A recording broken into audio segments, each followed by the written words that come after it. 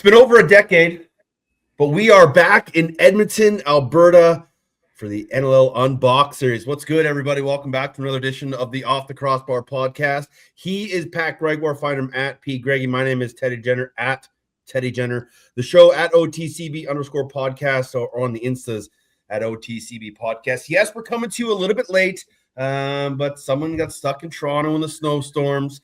Along with a lot of other people on his flight that were trying to get to Edmonton and a lot of people trying to get elsewhere in the National Lacrosse League. But we finally got him. He is here, and we're back with you with another edition of OTCB. We'll talk with Ryan Smith of the Rochester Knighthawks in a little bit. But first, let's get you to our Week 7 recap. Walking on McLeod 9, Halifax gets past Ottawa. The reigning MVP leads the Knighthawks to a big win in Philadelphia. Curtis Dixon ruins Dane Dobie's night with the overtime winner for Vancouver. Saskatchewan gives up 15 to the Desert Dogs, but drops 21 of their own for the road win. CJ Kurse does it with both hands, scoring 5 in a much-needed Rock win down in San Diego. Rochester gets the double as they win a physical battle over Buffalo in the Battle of I-90. Oshawa and Ty Kurtz exact revenge on Halifax. And Dylan Ward wins a goaltender duel against Dobson as Colorado gets the split with Georgia. Patty, first of all, hello, how are you? I'm good, Teddy. I'm good. I thought there was a chance maybe wasn't going to make it, but when I saw two of the most important people in the NLL on my flight, and Brett Frood, the commissioner, and Lyle Thompson, one of the faces of the NLL, I figured, you know what? Some way, somehow, they're going to make sure this bird gets off the ground, even despite me being the least important person in the NLL. Didn't have the pull that those two guys would have, but we're here. We're ready to go. A great week last week, which we'll touch on, and you just touched on, but I'm excited to be here in Edmonton, man. I think we've got a great slate of games. I'm being a little biased here, but being back in Edmonton, having the unbox game, I think this is truly the game of the week here. Yeah, it's such a special place. I know this is your first time seeing the new arena. It is gorgeous. A massive building. My second time here, it's been a while since lacrosse has been played here. We're not too sure what numbers we've heard, varying reports from, 6,000 to 8,000, somewhere around there. And, if we get above league average for this game, I'm going to be pretty happy. So we'll just have to wait and see what the walk-up is. Just looking outside my window, it's a gorgeous sunny day in here in Edmonton. A little chilly, but the sun is shining, so that should help a little bit more of the walk-up. But looking back at Week 8, what are your big takeaways, Patty, from Week 8? My big takeaway is that I think the top teams that we thought at the start of the year might not be as good as we thought they were, and the teams at the bottom of the league actually might not be as bad as we thought they were. Okay. Sure, Saskatchewan's rolling. I'll give them, maybe they're kind of on their own level right now, or at least in midseason form. We saw Rochester with two big wins, but they knocked off Buffalo. And we saw Halifax split. Vancouver barely got past Calgary, and that kind of pivots over to the bottom feeders that we talk about. And, Philadelphia really hung in tight with Rochester, and I think every single game they've hung in tight. Calgary was one goal away from avoiding overtime. I mean, you think about it, that goal that goes off the boards and off of Walsh ends up possibly being the difference maker. I think Calgary and Philly are going to give teams all sorts of fits, and San Diego, like, now are they dropping down to more of that bottom team? And we got I think it's more logjam. And Houghton Jackson has a great hot take and a great question. We'll get to that in a little bit, but I'm kind of leaning towards what he's thinking, that the parity is really, really strong, and not taking away from any of those top teams, because down the line, they might be separating themselves. But as it stands right now, man, the difference between 1 and 14 is not as big as we thought it was.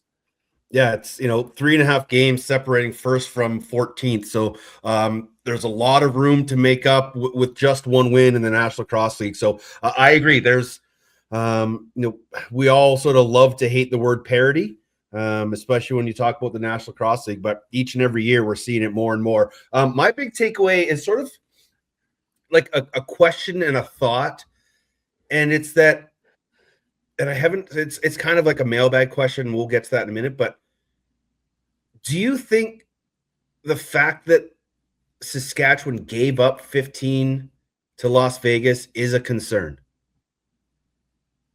And when you think about it, Vegas is the number 2 scoring offense in the National Lacrosse League, just under 13 goals a game. So I can understand that. But for a championship team like Saskatchewan to go on the road, to be playing a team that you really should be able to handle, and the way that defense plays, I think a lot of NLL teams should watch that tape and see why Las Vegas had such good success against Frank Chiliano in that defense. That's kind of a concern for me. The fact that they go on the road to that game playing as well as they have been. Yes, they come away with the win. Yes, they put up over 20, but it's the fact that they gave up 15 that's a little concerning for me. So my big takeaway from this week is that if you are one of the top teams, don't just be sitting on your laurels. You got to always fine-tune things. Make sure you're at your best each and every game, because I know Derek Keenan and company won't be happy with giving up 15. Despite who they were playing against, that's a team that prides themselves on being, sub 11, sub 10 kind of goals against the game. But it was just a little concerning for me that as good as Saskatchewan is and as good as that Las Vegas offense is, to give up 15 when you're playing so well was just a little concerning for me. And I wonder if others feel that way as well. It's a great point, and that kind of goes into my argument of not every, like, there is such a smaller gap, and the top teams aren't as high as we think they are, and the lower isn't as low. I think now we've seen a few times, though, Teddy, that Saskatchewan's let their foot off the gas in games, and it's only stung them once in Ottawa, and it kind of, they were never able to put that pedal back to the metal. So it's certainly a cause for concern, but if there's any leadership group from coaches that are going to be able to rein that in and get that fixed, I do think it is Derek Keenan, Mr. 300, and Coach Q, who are going to be able to do that. But you're right. There's some tape out there now. Do other teams see what they were doing? Or was it a fact of the matter that Frank Chiliano didn't have his best game, under 70 save percentage? Certainly a thought starter, Teddy. I think you're on to something, no doubt. Last week, Rob Josie won our mailbag little gift. So let's see if we can give someone else another little gift, maybe some cool bag bucks, or maybe some gift cards for the NLL shop, another edition of the OTCB mailbag. You've got mail. We're moving pretty quick this week, guys, just because we're a little delayed. We want to get this out to you. Plus, we got a nap to get into before we get to our game tonight. So let's start with this one. Evan Schemenauer, since we're speaking of Saskatchewan, Patty, is Mike Messenger the most underrated or perhaps underappreciated player in the NLL? You had him on your all-star team last week. I wish I could have had him, but you had the first overall draft pick. But I kind of agree with this. Like, I don't think Mike Messenger has ever really gotten the flowers that he deserves for how dominant he has been throughout the course of his career. But he continues to find another gear, and he continues to be an imposing, dominant force. He literally is one of the best two-way guys in our sport. Yeah, I think if you put him out the front door for that Saskatchewan team, sure, he's probably not leading the team, but I think he's a guy that could put up 60 points, just the way that he can shoot the ball, the way that he can work off ball. I do think that he's the most underrated. I think he's starting to finally get the flowers he deserves, but I do believe the fact that they brought in Jake Naso, and now he doesn't have to worry about taking faceoffs anymore.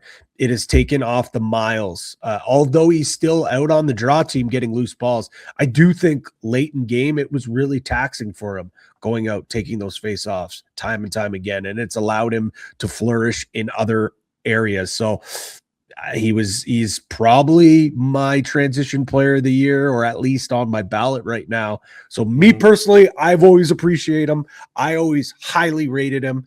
But I do see what Evan is saying. I think that there are a lot of folks in and around the NLL, in and around the game of lacrosse, that probably don't put him as high on a pedestal as we should. You mentioned Hutton Jackson's hot take. Here it is. No team will win 13 or more games, or more than 13 games this season, because the parity is too high. Do you agree?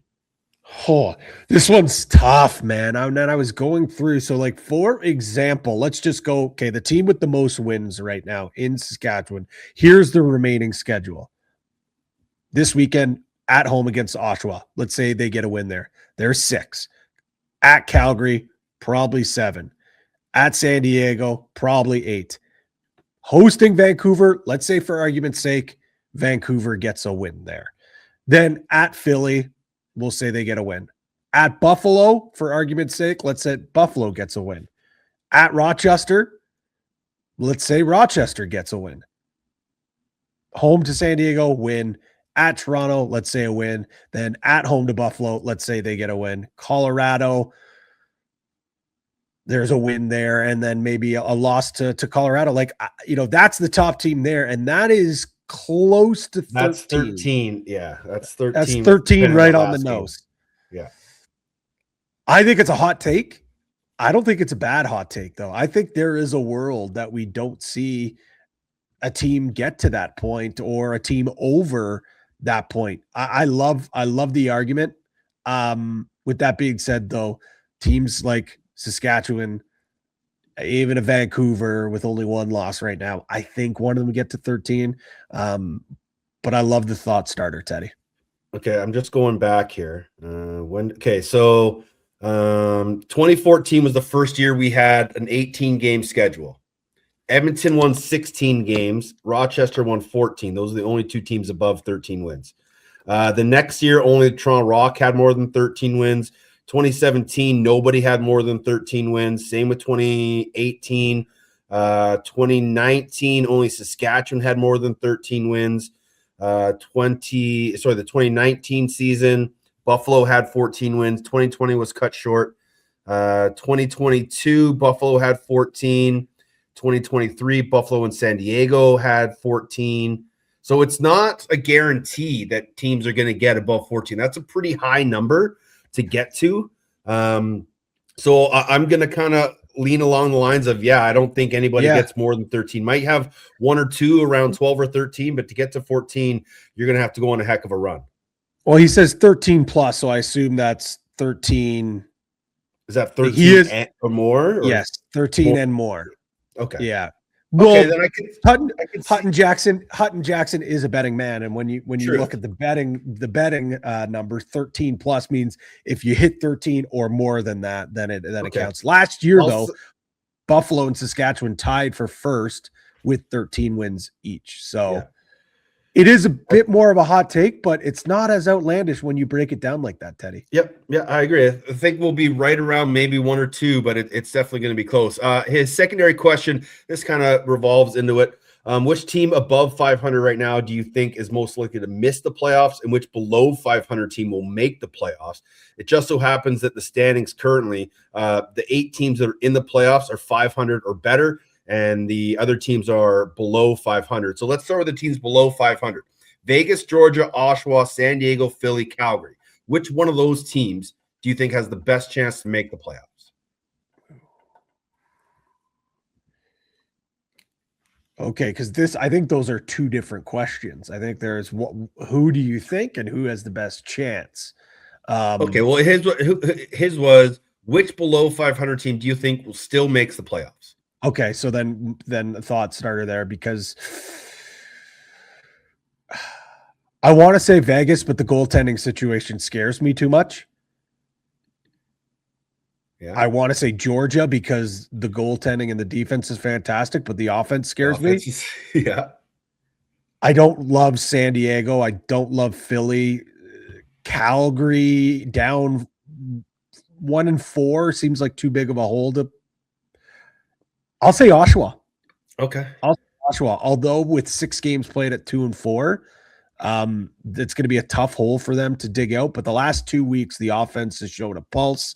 I think they have, you could argue, the best goalie out of those teams, with the exception of maybe Brett Dobson.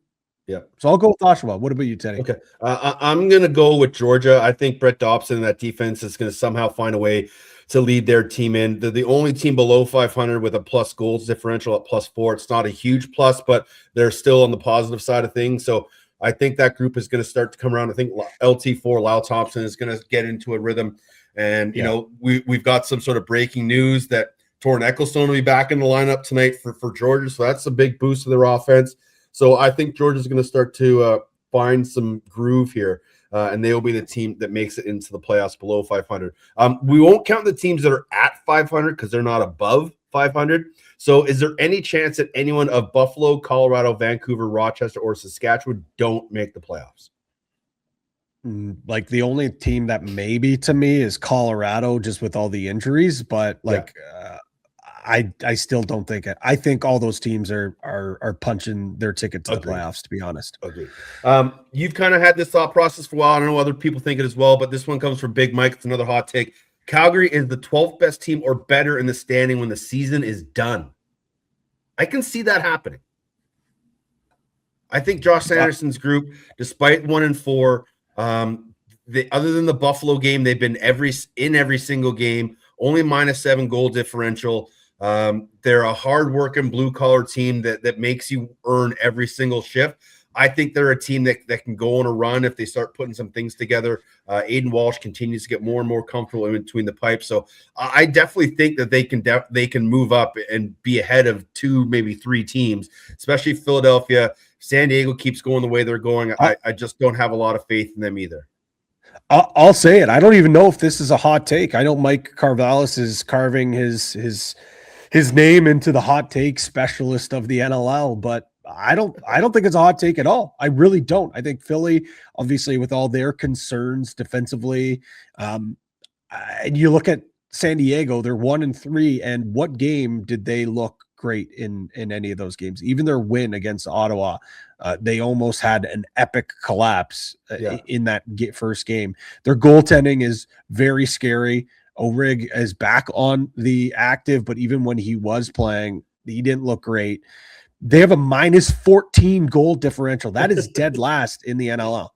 Yeah. I don't think it's a hot take at all. I think the way that Calgary plays, the way that their veterans are leading, the way that the youngsters are starting to find their groove, I totally could see it. I could see them even get to 11 possibly. Yeah. All right, let's head out to Halifax for a couple questions. First one from Peter. Has there been any feedback to the media from Micah Kersey that he's trying to fix the issues plaguing Halifax, or is he continually preaching to, quote, stay the course and keep working on our systems, as always seems to be the case, endlessly frustrating for Halifax fans for the rest of the season? He told us last week that he is going to start, limiting guys' minutes and taking guys out of the lineup that aren't doing the things that he asks. We saw some roster changes from them last week to get some guys in and out of the lineup. I don't really think he addressed what he was saying and taking out guys that were taking some bad penalties. I know Nungo Thompson didn't play the second game in the back-to-back, so he does it a little bit. Could he do more? Sure. But I just don't think they have the horses to continually take guys out of the lineup. So at the end of the day, Peter, it's up as much as Micah Kersey wants to, punish guys for poor play. At the end of the day, it's got to be up to the players to be more responsible and be better, to not have to put Micah Kersey in that situation. I will go on the other side, and I do think Nungo Thompson being out of the lineup was 100% a disciplinary reason. Sure. You could have argued he was Halifax's best defender on Friday night up in Ottawa until he took that silly tripping penalty and almost put Ottawa back into the game, right? And it was previous games before that, a couple of very untimely penalties. That wasn't, we're just resting Nungo tonight because, we're on a back-to-back. Nungo can play 400 games in a row. The guy's in phenomenal shape. That was a message sent. Now, though, so you can send messages for the penalties. They send a message there. Where I think now the message has to be sent is getting off the floor. Guy's not running off the floor.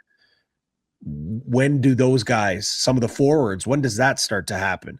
Well, we know that, there's a message sent that McLeod is going to be staying in this lineup. And although it doesn't have as great as a game 2 as a game 1, guys like Knox, guys like Robinson, they're going to have to mind their P's and Q's, because if they're not contributing offensively, they got to find another way to contribute. And I don't think those two guys are guys that are the ones that aren't getting off the floor. But some of the other disciplinary issues that I've been talking about a lot with this group, those are now the ones that I think Micah Kersey has to address. Yeah, it's like I said, it's not just penalties, it's all the other responsible discipline things that you need to be good at. And this is where Devin's hot take comes in as we stay in Halifax.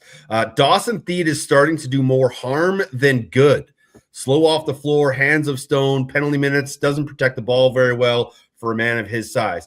I've noticed it for a while that there are times when Dawson Theed is very careless with the ball and he does seem to lose the ball a bit. I just don't think you can ever take him out unless he needs a night off. I just think he's too big, too much of an imposing force. Yes, I will agree. There are times when he tries to be too aggressive, too physical, too big and mean, and that rotates through the rest of the team. That's not just a Dawson Theed thing. I think collectively that team needs to be more responsible. It's just not on Dawson Theed. No, and turnovers has been something that, he has struggled with in the past, running in doubles, and I think he's still learning. But in 2024, in 18 games played, he had 68 turnovers. Last year, I know he only played 12. He had 34. This year, he's up to 22. But I do think it's one of those cases where you have a unicorn in Dawson Theed. He does so much good for you. He's going to take a undisciplined penalty from time to time. He's going to turn the ball over from time to time. But if you look in the NLL, look at the turnovers. Who leads the league in turnovers? It's usually the top players in the NLL. Clark Peterson also, he's having a year where he normally doesn't turn over the ball. He is really struggling with that. He's leading the league with 32. Alex Simmons, 31. Randy Stotts with 28. I think if you want to talk about turnovers, and I know they have more touches than Theed, the two righties have been turning the ball over a lot. Jeff Teat with 27. Tanner Cook with 22. Lyle Thompson. Hey, you got three Halifax guys. Sure, they played a one game more than everybody, so that kind of skews things off. But you have three Halifax guys in the top 6 of turnovers. Yeah. And so I think that again goes into more of discipline. So Dawson's a big body, and like when he turns the ball over, it's because he's running through 3 guys, and he's such a matchup nightmare. And there's going to be a couple of times where he needs to take the ball in like that and just take it to the rack, because then the next time he's going to do it, here comes that double team collapse, and that's where he throws that little pop out pass, and it's going to go right to Jameson, like the little flip pass, or he's going to snap it across to the righties. But if he doesn't try that once or twice where he goes to the net, the defense isn't going to throw that double. Yeah, very true. This is one kind of relating to the unboxed game here in Edmonton. This comes from Luke. He says, in your opinion, what does a good attendance number look for the unboxed game this week? If it goes well, how much does it speed up the process? If it doesn't go well, do you think it eliminates the chance or just delays it longer? Listen, I'm not going to put a number. I don't know, and maybe you can talk to that, but I don't know what a quote unquote good number is. But I can tell you this: it's not just going to be butts and seats to this game that decides if there's going to be a team. There's a lot of more financial things that go into this, scheduling, all that stuff. With that being said, though, if we go into that building and it's crickets and there's not a lot of people, that certainly will put a delay on it. It also doesn't mean it's not happening. But if we get to there tonight and there's 9,000 fans and it's buzzing and it's great, that also doesn't mean that, okay, a team's coming here next year. There's a lot of stuff that goes into it. But yes, more seats, more bums and seats is going to help speed up the process.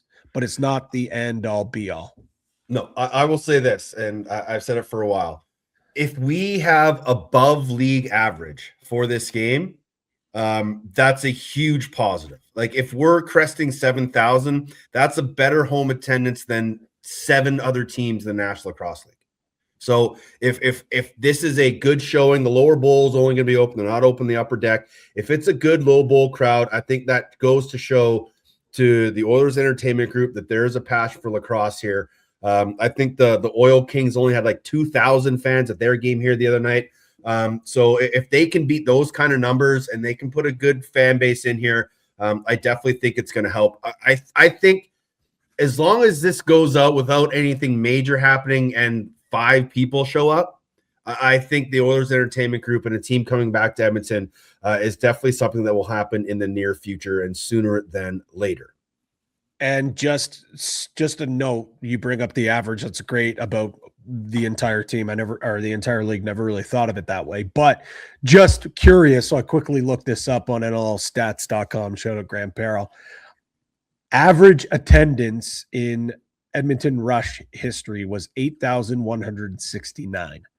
So even if you can get to around that number, or even if you're 500 to 800 below, what happens when there's a rooting interest team in the building, when there is an Edmonton Juice or whatever the team is?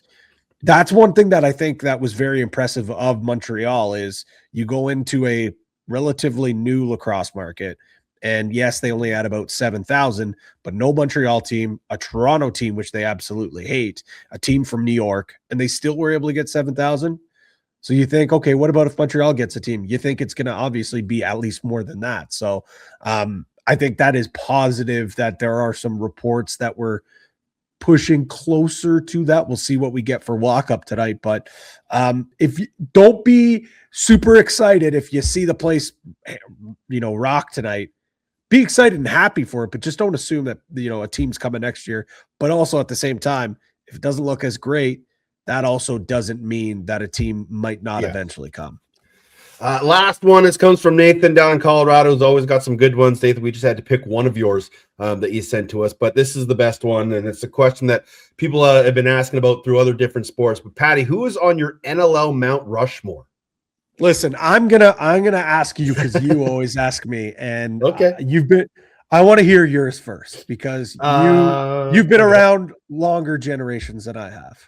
Let's just say that. I'm gonna go Gary Gate, John Tavares, Jim Veltman,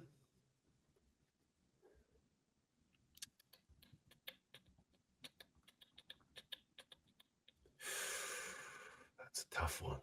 How recent do I want to go? How far back do I want to go? Who's four?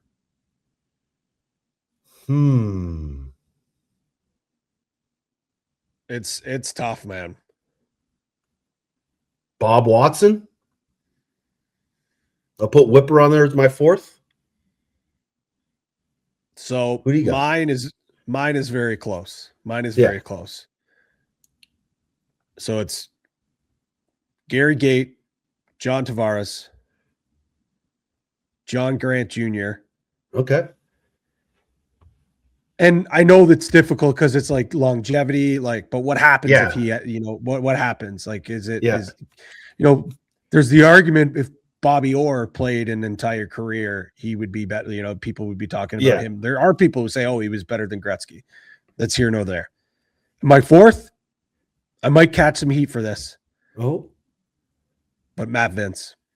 Fair enough. Matt Vince is my number four. Matt Vince is number four. Now, in 10 years, I think there's a chance that we're talking about some guys that are currently playing, dethroning a few. But I think I think it's tough. I really do think it's tough with the way the game's changed, with how some of those guys, But I think you could have a Mount Rushmore of 3 or 4 different variations and be like, I could. Yeah, that makes sense. Like, keeping Veltman off mine is so tough for me. But I was like, but how do I not have Grant on there? Like, I don't know. Like, Tavares is a non-negotiable. He's got to be there, and I think Gary Gates got to be on there. Non-negotiables. Who do you have after that is really the question. Yeah, like where does Dan Dawson fall in? Second best, maybe the first number 1 best righty in NLL history. Does he get on your list? So it's a tough one, but always a good talking point here in the mailbag. So thanks for the question, Nathan, and thanks to everybody else. Again, we will enter all submissions into a draw, and we will announce a winner on our social media early in the week. But we got to get to Ryan Smith of the Rochester Knighthawks, who had a massive 2 wins over the weekend. This guest interview on Off the Crossbar is brought to you by the Goalie Factory. Goalie Factory helps goalies of all ages become complete athletes and improve their game through weekly camps based in Langley, BC. They have elite one-on-one coaching across the Lower Mainland and online coaching you can access anywhere. They focus on technical skill, athletic development, and building the mindset it takes to perform at your very best. Find the Goalie Factory on Instagram at @goaliefactory_ or visit goaliefactory.ca to book your session today. Ryan Smith of the Rochester Knighthawks joins me this week one-on-one here on the Off the Crossbar Podcast. Get your popcorn ready because something crazy is about to happen. Happy New Year, my friend. Welcome back to the show. It's been a while since we've chatted. How are things? How was the holidays? How was the New Year? And how's Ryan Smith these days? It's good.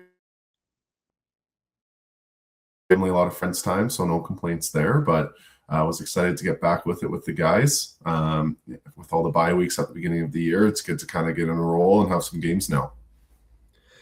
You've been playing some elite level lacrosse these days, my friend. How much did the experience of Team Canada in 2024 with the Worlds, how much did that kind of like boost you to this other level?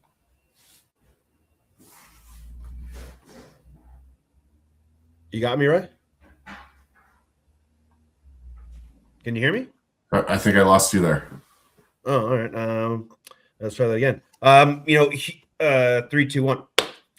You've been playing some elite level lacrosse these days. How much did the experience of Team Canada in 2024 really boost you to this next level?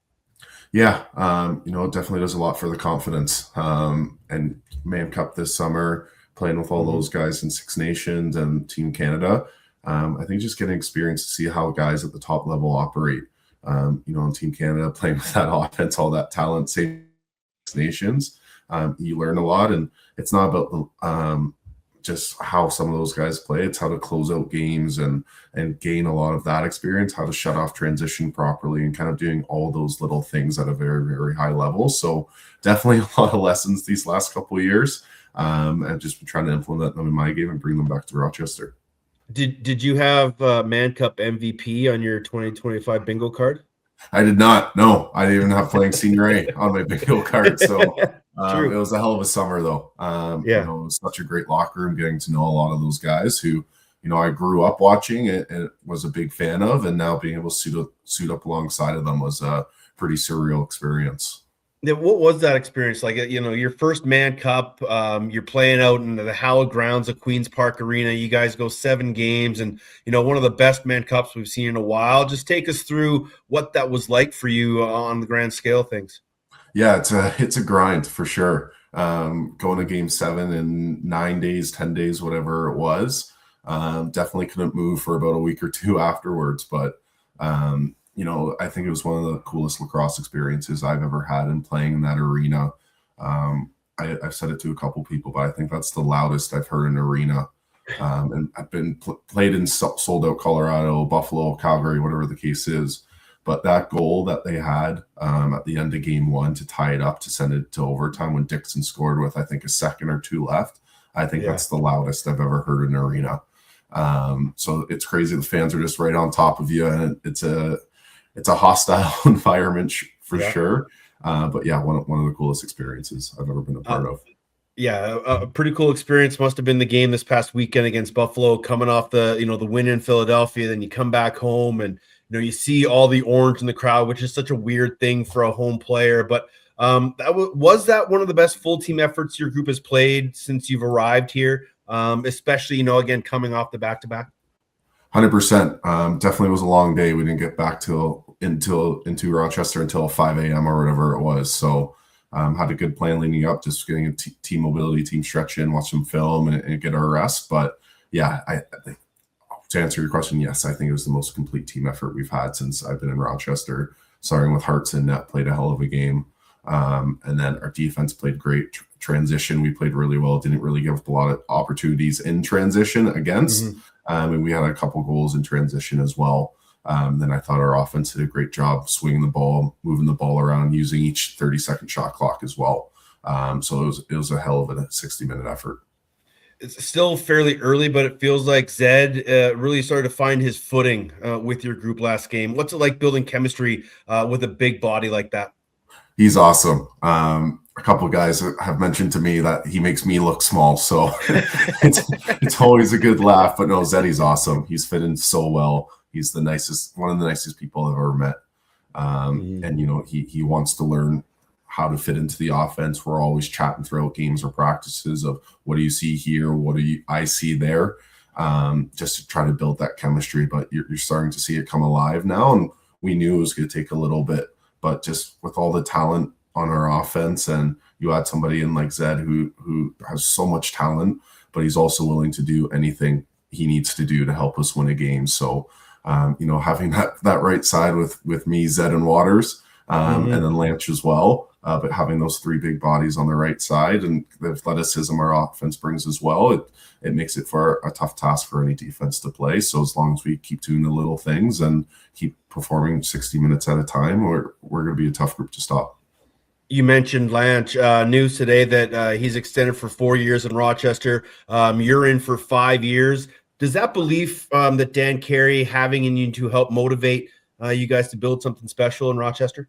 100%. I mean, it's a big, I think, shout out to our ownership as well. They're here for the long haul. They're excited to be here, and we're nothing but thankful to the Seneca Nation for coming and purchasing us and letting us play together for years to come. So yeah, I mean, I think it speaks to what we're building here, and we want to have this group for a long time. How has that, just thinking, like, how has that ownership change kind of been noticed by you guys? Like, I'm sure like you never saw the Pagulas around. Now that the Seneca Nation is a part of it, and I know they're more hands-on than ever, but what's it like seeing those guys around and do for the culture of this team?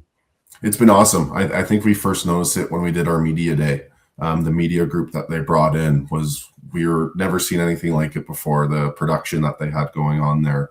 And like you said, they were at training camp. We had a dinner with them. And getting to meet them, tell stories, have a laugh, share a meal is nothing that we've ever experienced before.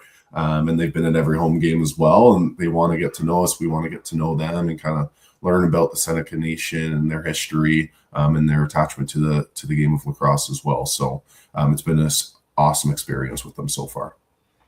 You're averaging just under 4 points or under 5 points to start the season. What were you focusing on? I know you had a real long season during the summer with the Mann Cup, so you don't get as long as a break as you're used to. So what did you do during the offseason to make sure that come camp and come week one, your body was ready to go? Yeah, took about a week off just doing yoga and stretching and making sure my body was ready to go to start training for the season. So I work with my fiance's cousin, actually, is my strength coach.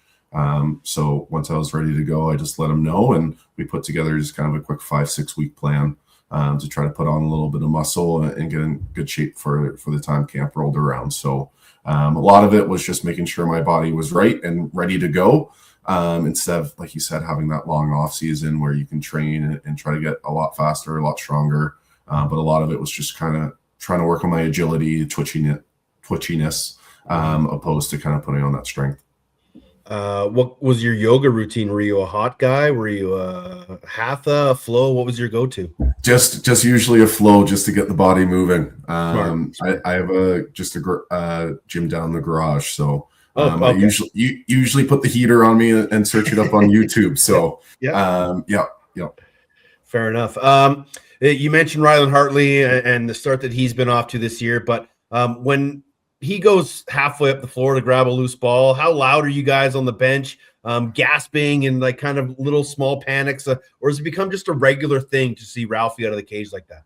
Yeah, I mean, this is my 5th year playing with him now, so it's kind of a regular occurrence. But it's one of those where it's like, what are you doing? What are you doing? No. And then he does something, gets us the ball. It's like, okay, it worked out. But right, no, he's one of a kind off the floor as well. He's awesome. But to see the start he's had, it is awesome. It gives us a lot of confidence to go out there and play our game. Another guy who's gotten off to a hot start, like so many of you guys in Rochester, is Jake Bassino. He's taken leaps and bounds in his game this season and sneakily put his name in the Transition Player of the Year conversation. Did he look poised in camp to have this kind of a breakout season? 100%. And I think even stemming into last year in practice, there's times where like he's obviously not the biggest guy in the world, but there's times I try to get my hands on him to set a pick in practice, and I go to pick him, and then he's 6 feet past me on the ball, stripping someone and running down the floor. So he's just super athletic. He's an unbelievable one-on-one defender, and he's picked up kind of the 2- and 3-man game on defense as well, and buying into that team defense. But if you're an offensive player and you try to crash a rebound, he's going to be up the floor for a transition opportunity. And he's kind of making the most of his transition chances this year as well. I remember I watched a PLL game this summer he was playing in, and he caught a ball on a 4-on-3 break with his pole and did a jumper twister from 10 yards out and stung the corner. And then we saw that, I forget which game it was, Philly at home, I think he had a breakaway, did a little twister floater top right. And I was like, where did that come from? So no, just the strides he's made over the past year has been amazing to watch. How hard did you have to lobby Dan Carey to get Bobby Moe, Brad McCulley in the lineup? Not too hard. Yeah. I was asked kind of what kind of guy he is, because that's most important. Is he going to fit into the locker room? Sure. And he was my roommate at school for a couple of years. So no, very happy to have Brad around. He's just the best guy. He fits into the locker room so well into what we're building. And he hasn't played an NLL game for a while until he suited up for us, unfortunately for him. But I thought he's played great in the couple games he's gotten so far. He's moving bodies for Fieldsy and T-Mac. He's had a couple great looks, made a bunch of really good passes as well. So, he's fit in really well, and I couldn't be happier to have him back around. We just got to teach him to punch the soft places of people's faces, not the hard spots, right? Exactly. You got to keep his hands intact for him to stick. Yeah, exactly. Obviously, a big game for you guys this weekend against Toronto. But after that, you guys have a week off, and then you're going every weekend to the end of the year. So it's going to be a busy few months for you guys. How important will it be for you guys just to get into a good rhythm as this season goes along? Because that's a lot of lacrosse. Yeah, we've been fortunate that we've had a similar schedule in years past, where I think it was 2 years ago we played the last 10 weekends of the regular season.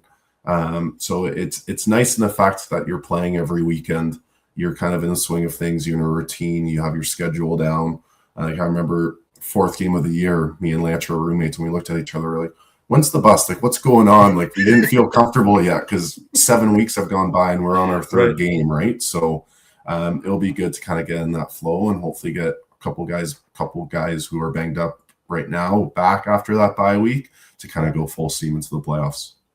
What's the focus from Mike Hazen for you guys this week? I know you're going to be practicing Friday night, but in the messaging throughout the week against a very dangerous Toronto team. Yeah, it's just focus on us, and that's kind of the message we're saying to ourselves this year.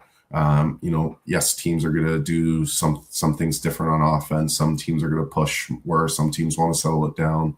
Defenses, rotations might be a little bit different, might play picks a little bit different, but at the end of the day, it's up to us to make sure we play our game and make teams adapt to us.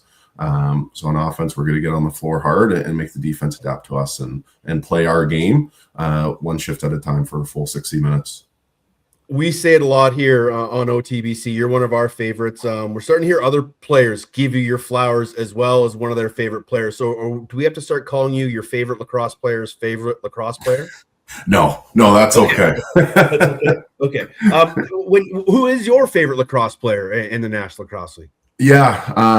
Growing up, I love watching Randy Stats.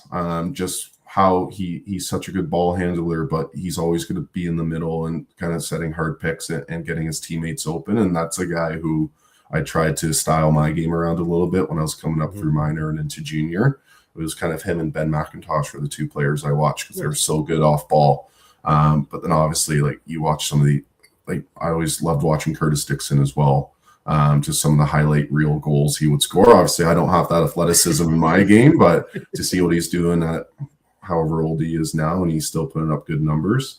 But no, I'm a fan of the game, and when we have bye weekends, I'm trying to watch every single game to see what different teams are doing and keeping up. But growing up is watching Randy Stats and Ben McIntosh and trying to implement my game after them.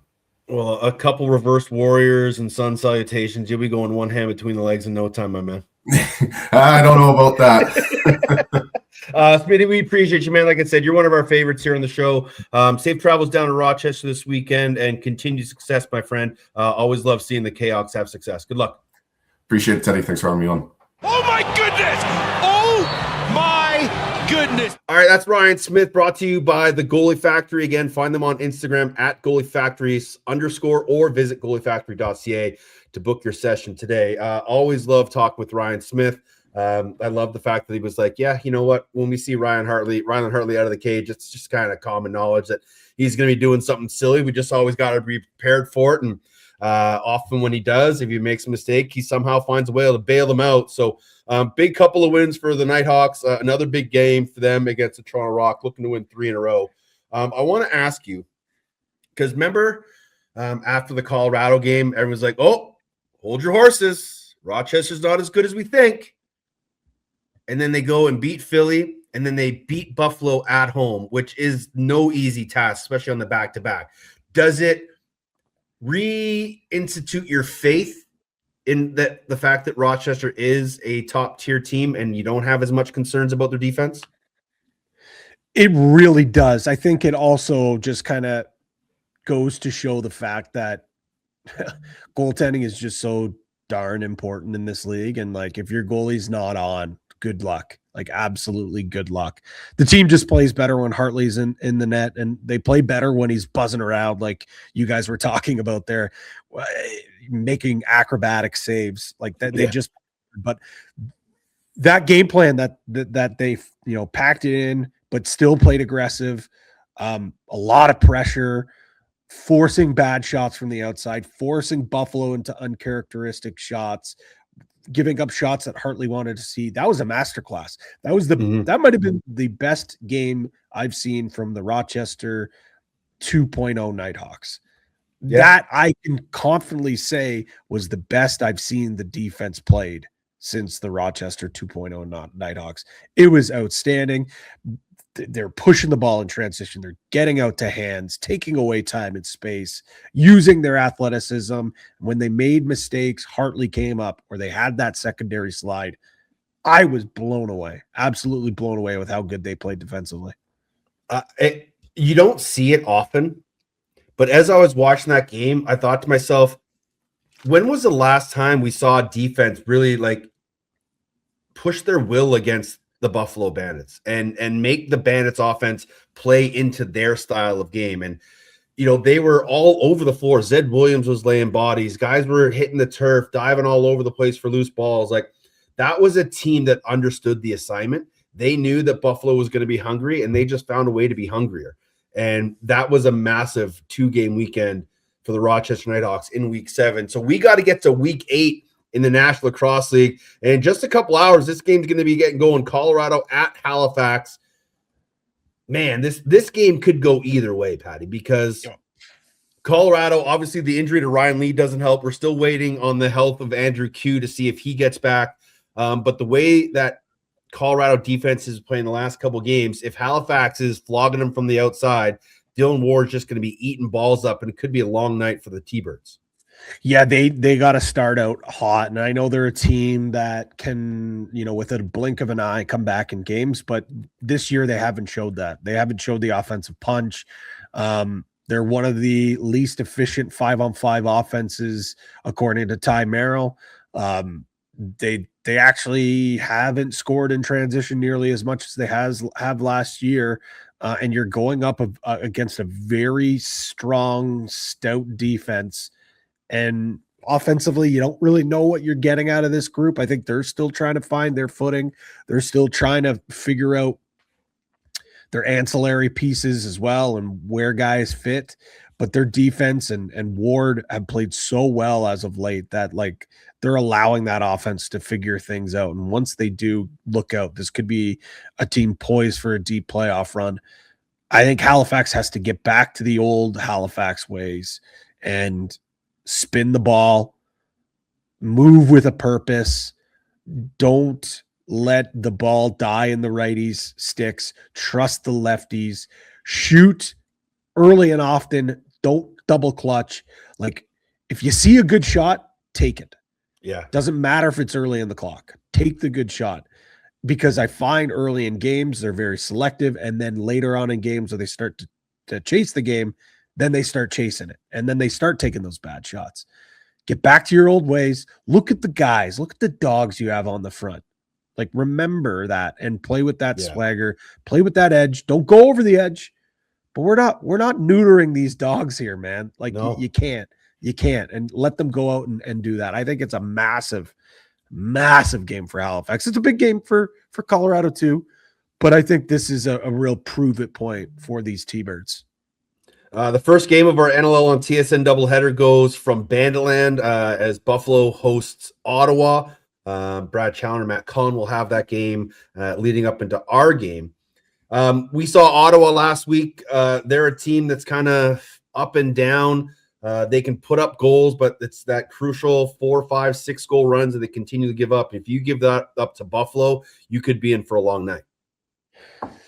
Yeah, this seems like a tough spot for Ottawa, to be quite honest, man. Like you're gonna face a pissed off Buffalo team that just lost to quote unquote little brother Josh Byrne and Dane Smith combined for what was it, 25 shots and only had 2 goals. Yeah. I think this is a game where they really, again, similar to what Halifax, like getting off to a hot start. I don't think Ottawa needs to get off to a hot start. I think they just need to weather that storm because Buffalo's coming back home with their hair on fire, pissed off and ready to get rolling here. But Brad on his walk and talks on his Instagram are back. he was by Niagara Falls with Matt Cullen, and he brought up a great point. Neither of these two teams have lost 2 games in a row. Both of them are coming off losses. What do we see? Which team blinks first? And I think when we talked to Dan McRae twice this year, you could have had a count of how many times he talked about consistency. Yeah. Consistency. Here's an opportunity to be consistent. We're not asking you to go into Banditland and blow these guys out, but give a hard 60 minutes, be consistent, ride the lightning, ride the waves. We know there's a big Bandits run coming at some point. Yeah. Like that is the guaranteed lock of the week, is that Buffalo will go on a run because they're in that building. They always go on runs. And for whatever goddamn reason, this Ottawa team gives up big runs. So yeah. What do they do after that big run? When that horn is buzzing, Sweaty's chirping on the mic and the fans are going ballistic. What does Ottawa do after that? That's going to be the big question mark for me. Yeah, they're going to need some timely saves from Higgins. They're going to need some, just some extra loose balls, some extra possessions to not allow Buffalo to go on those runs. And, I know winning a faceoff against Connor Farrell isn't easy, but you're going to have to find a way to win some of those extra possessions just to keep momentum on your side. The second game of the TSN doubleheader is our game, the NLL Unboxed game, Calgary at Georgia in Edmonton. I know it sounds weird, but it's going to happen. Which team do you think gets off to the better start here? Because both have shown penchantcy to have slow starts.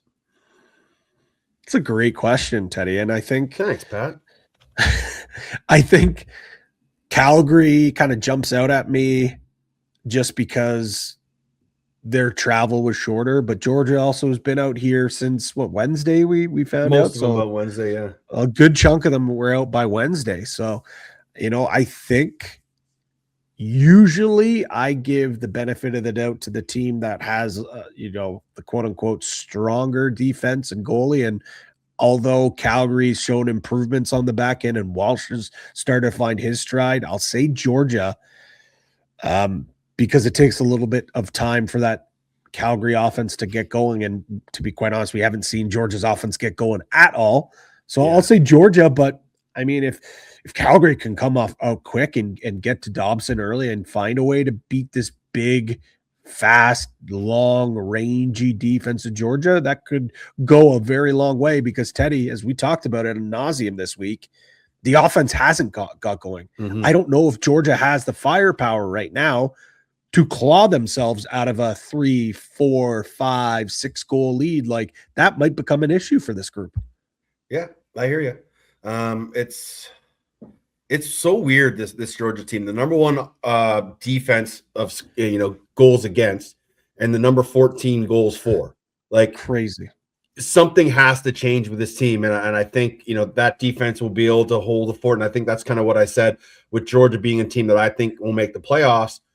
Is that I think the defense can hold the fort long enough for the offense to get going. But when you start playing the upper echelon teams, you're not going to be afforded that luxury because they're going to come at you right away. Calgary, as we know, has had some slow starts in the past. They're going to need to get off to a hot start. But I like you're saying, the defense can allow the offense to have a slow start and get going. So look for Georgia to have a big game here against Calgary. The final game on Friday night, San Diego at Vancouver. Jake Elliott will be on the call along with Santino Farah. Should be a good one at the Raj. San Diego has to find something. But Vancouver coming off an emotional overtime win against Calgary. It was their first game in almost a month. This is a team that, again, needs to start putting some wins together and get rolling and some confidence with Kurt Malosky. This, for me, I think this is the perfect, and I don't want to call it a get-right start or get-right game because Vancouver, they've lost one game and they've looked great at points, but like they have one of the lowest scoring 5-on-5 settled offenses in the National Lacrosse League. I think it's actually ranked last on Time Arrow's charts. That is insane. But their power play has been electric. They've been scoring some big goals in transition and shorthanded. They've found a way, and their defense is elite. This seems like a game where, I could see them finally starting to fill the net 5-on-5, and then it's, look out, Vancouver, here we come. But this San Diego team, oh my God, like the wins just are like the wins seem far and few between. Like you're looking at the schedule, where's these wins going to come from? I don't doubt Westberg, coming back home, wanting to put on a show, but man, they got to show something here. They have to show fight. It's not a must-win game, but like they got to show something here. Yeah, they won that opener against Ottawa 16-13. Then the loss to Rochester was by 8. The loss to Calgary by 4. They lost to Toronto by 5. So it's not like they're losing 1-goal, 2-goal games in overtime. They're getting pushed around a little bit. So be interesting to see how Pat Merrill has his crew ready for a big game in Vancouver. They always play Vancouver well. A lot of local guys on that team will have friends and family in attendance. So hopefully they can find a better showing than they did the last couple of weekends. On Saturday, Toronto at Rochester. We talked about this game with Ryan Smith a little bit, but for Toronto Rock, they get a huge win down in San Diego. CJ Kirst starting to really show superstar status. Was it Frick who said he shouldn't be allowed to use both hands? Yes. Did I hear him say that? I think it was a bit tongue-in-cheek, but that's I think it was a bit tongue-in-cheek. I hope. Yeah, but that was a phenomenal game by CJ Kirst. He really put his team on his back. He might have to do that a lot this weekend against Rochester. But Toronto-Rochester, one of the great rivalries in the National Lacrosse League, should be a great crowd and should be a fantastic lacrosse game. This year for Rochester is all about rewriting narratives and changing past history, being the team that solid in the postseason or the regular season and finding ways to fall flat on their face in the postseason. That's what this is all about. Well, they changed one of those narratives last week and beat the Buffalo Bandits, who has absolutely owned them since coming back, I guess, since the Halifax move. Yeah. Well, they're 1-7 against the Toronto Rock over that span as well. Here's another opportunity to rewrite the narrative and prove that this group is different. There have been times this year where everyone said, nope, same old Knighthawks. But there's been times where people are now starting to believe this is another moment. Prove that this group is different. And for Toronto, man, oh man, it's crazy to say, but the youth movement is here.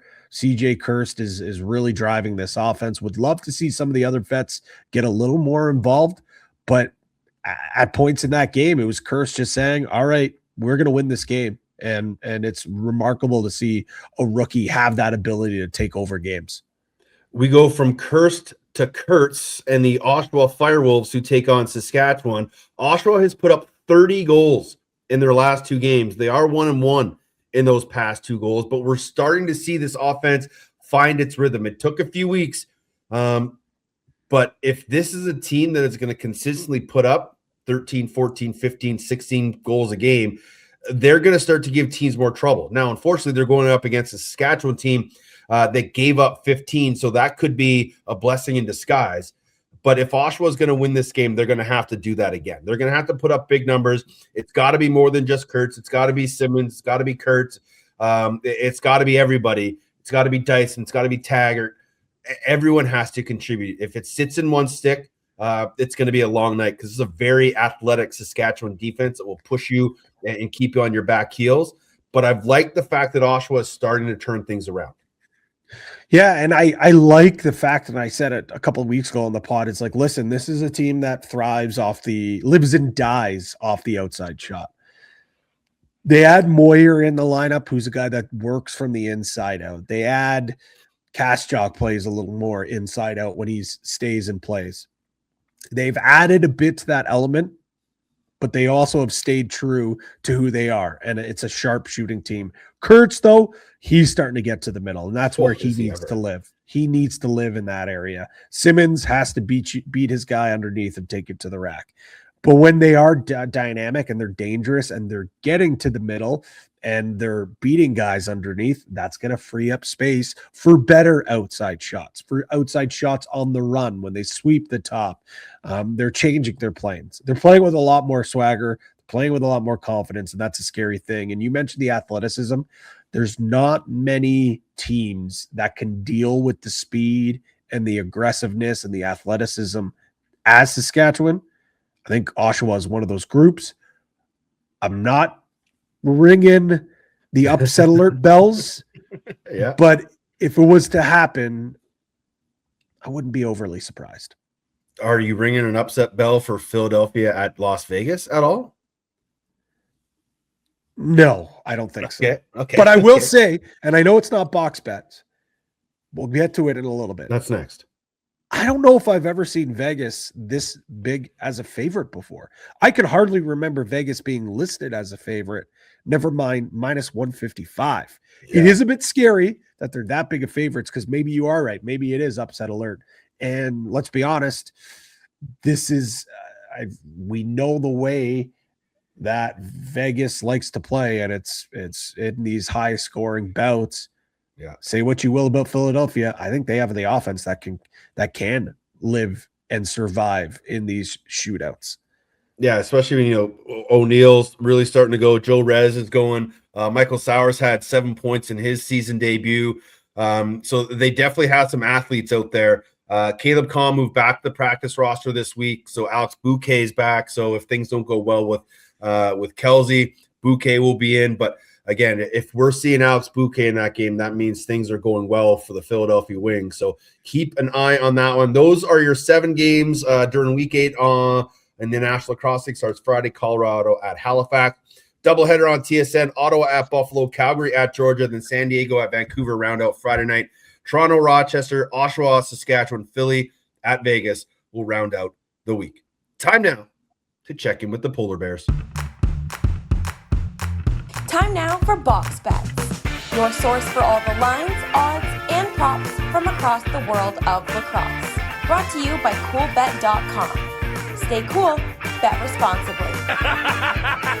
Hey, we're having a good day, lads. And we're still in the mix, baby. Patty, this is your time to shine. We've been doing prop bets. We've been doing parlays. The fans continue to have their vote. Where are we at this week? All right. The Off the Crossbar parlay box bet exclusive of the week. The folks in the polls kept it simple. It was a close, came right down to the wire. But Buffalo, Vancouver, and Saskatchewan, the big favorites, all to win, boosted up to plus 290. That is our first parlay. And Teddy, I'll give you a little bit of credit. You thought of this one, and I thought, I don't know, maybe this might be a little difficult for the odds makers to price this one up. And boy, oh boy, was I wrong. And I should have been wrong. Shame on me for doubting these guys. The Polar Bears in the lab spun this one up, and it's a great number too. Christian Delbianco, Zach Higgins, and Frank Chiliano all to record 45 plus saves, plus 500. That's a good number. I love it. I absolutely love it. So what's that? That's Delbs versus San Diego, Higgy versus Buffalo, and Sigs versus Oshawa. So the reason I went that way is because obviously 3 of the best goaltenders in the National Lacrosse League, but also 3 very high-powered offenses that love to throw balls on net. So I'm thinking high volume of shots equals high volumes of saves, and 3 goaltenders that can put up some big numbers. So 45 plus saves for all 3 of those guys, not combined. That'd be too easy. 45 saves plus each for a plus 500 number from the Polar Bears. So that is a heck of a number. Obviously, we're going to have some fans joining us from our Best on Bets Edmonton contest. That's going to be great. But what else is going on over on CoolBet this week? Well, it's a busy time of the year, as you know. NFL playoffs are in full swing. NHL, NBA. We've got college national championship on Monday. The Australian Open is going to be here before you know. Golf is back, so lots of action to go on. We obviously, of course, have the casino. You can go to the CoolBet Casino for some live table games, slots, you name it. We've also got poker as well. Might have to do a OTCB We've been talking about it. lax class, maybe even loose mesh boys want to get involved. We should do a lacrosse invitational poker tournament. I think that'd be a lot of fun. But besides that, head to the promo tab. Lots of different promotions. We have all our season long ones like the Hockey Hub. You can pick one of 3 each and every week offering. Same thing for the Football Hub. We've got a playoff prize pool, a jackpot going on. We've got a profit boost as well for the basketball season. So you go there, go to the promo tab. Each and every week, there's going to be different ones that pop up for the week, but we also have our full season, full year long promos down at CoolBet. As always, if it's your first time when you log in and register over on coolbet.com, put in all your pertinent information down below. There'll be a promo tab. Type in OTCB, and the Polar Bears will match your first deposit up to $200 to give you a few extra polar bucks. So enjoy it, explore it, have a lot of fun, but as always, stay cool. Bet responsibly. That'll do it. A short, quick, poignant episode this week. Thanks to Ryan Smith for giving us some time and stopping by. He's Pat Gregoire. Find him at P. Greggy. I'm at Teddy Jenner. The show at OTCB_podcast or on Instagram at OTCB podcast. Thanks for tuning in here on YouTube, Spotify, iTunes, Apple Music, wherever you get your show from. We appreciate you constantly listening, and especially shout out to our sponsors over at the Goalie Factory. If you go to a game, take a friend. If you take a friend, take 2. Buy them a beer. Friends, lacrosse, and beer. The perfect trifecta for a cold winter's day. A lot of fun. Enjoy the games this weekend. Stay safe and be excellent to each other. Go Broncos. Go Bills, baby. Let's go. Get out of here, Teddy. Beat it.